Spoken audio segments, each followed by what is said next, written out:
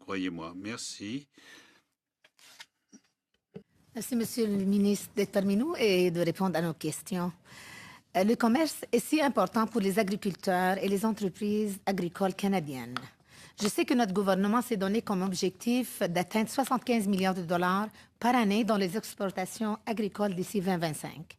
Pourriez-vous nous expliquer ce que nous devrions faire afin d'atteindre cet objectif et aussi nous parler ce que vous entendez lorsque vous dirigez des délégations et des missions commerciales agricoles à l'étranger? Merci. Thank you very much, Eve. I appreciate. Merci beaucoup de votre excellente question, Eve. Et c'est un sujet également aussi important, parce que ce qui est important, c'est que les denrées alimentaires que l'on veut exporter soient considérées comme sûres du point de vue de la consommation saine. Et donc, surtout quand on exporte vers l'Asie. Et il est important aussi que les gens comprennent ce que nous avons à offrir. Et donc, la salubrité des aliments est un élément essentiel. Et donc, nous avons conclu un certain nombre d'accords et j'ai eu des entretiens au Japon pour l'industrie porcine, la vente à Costco, et puis ils vendent quasi exclusivement de la vente canadienne. Pour la Chine, c'est important. Je sais qu'il faut que nous augmentions également notre cheptel bovin. Et puis, il y a bien sûr le canola qui fait l'objet d'un gros marché avec la Chine. Et puis, il y a d'autres pays qui importent notre canola. Donc, c'est très important, mais il faut être sur place, leur dire ce que l'on a de disponible. Et le ministre Ron, qui est le ministre de l'Agriculture, et moi avons un bon rapport. Et je pense que c'est important à cause de la confiance qui vient sous-tendre nos rapports. Mais il faut aussi veiller à un approvisionnement continu. Et donc, nous faisons de notre mieux pour œuvrer en collaboration avec les secteurs de notre pays pour veiller à ce que nous puissions avoir une offre supplémentaire. Parce que si l'on veut exporter pour 75 milliards de dollars, Pourriez-vous nous parler et nous dire qu'est-ce que Agri-Alimentaire et Agroalimentation Canada est en train de faire afin d'augmenter la participation des femmes dans ces secteurs? Well, thank you very much, Eve, for that. Merci de cette excellente question.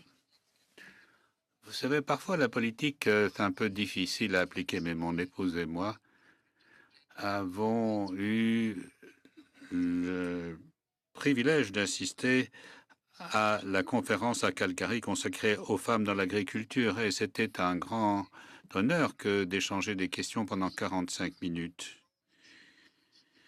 Et là, je vois le rôle qu'elle joue dans ma vie politique, de même que dans ma vie en tant qu'agriculteur. Et je peux vous dire que tout au long de notre existence, elle a joué un rôle tout aussi important, que ce soit dans le domaine des pommes de terre ou du produit laitier. Et nous avions quelques 400 personnes qui étaient réunies dans cette salle, qui voulaient entrer dans le secteur agricole et dont nous avons eu toutes sortes d'échanges.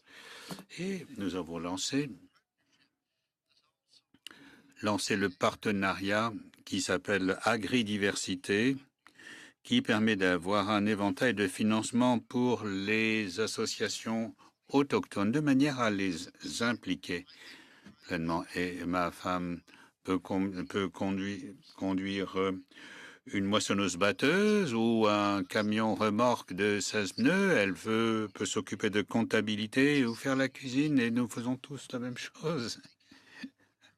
Nous savons tous sommes des hommes ou des femmes à tout faire.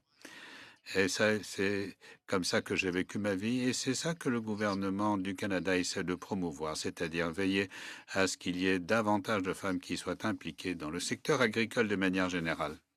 Une minute et demie? Okay. Le 1er avril, le partenariat canadien pour l'agriculture est entré en vigueur.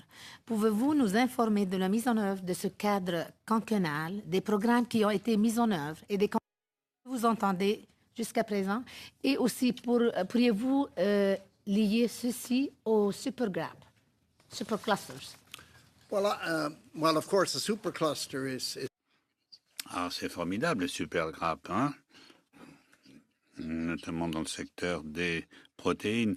Nous sommes en difficulté avec les lentilles en ce moment. Pour ce qui est du transport, ça donne, c'est une bonne source de protéines, mais le partenariat agricole canadien qui réunit les paliers fédéral, provincial et territorial, 2 milliards de dollars, dont 60% sont payés par le fédéral et 40% par les provinces, et 1 milliard de dollars qui correspond à l'initiative fédérale concernant les échanges commerciaux, la recherche et ces questions qui sont d'une importance vitale.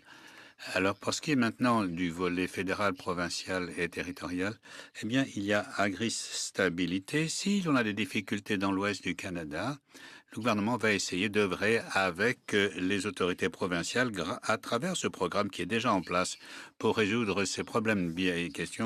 La question qui s'est posée devastating to the agricultural sector. And I'd like to say one thing on fires too. Like, it's very important to ce qui s'est produit également en Alberta. Mais il est important d'avoir des relations stables entre le fédéral et le provincial. Mais en fin de compte, ce sont les agriculteurs qui doivent payer la facture. Donc, il y a toujours des choses qui manquent et ce sont encore les agriculteurs qui doivent payer une facture encore plus lourde. J'en ai conscience de façon aiguë. Par exemple, quand il y a des inondations, il y a aussi l'innovation qui est prise en compte parce que ces partenariats prennent cela en compte. Merci beaucoup, M.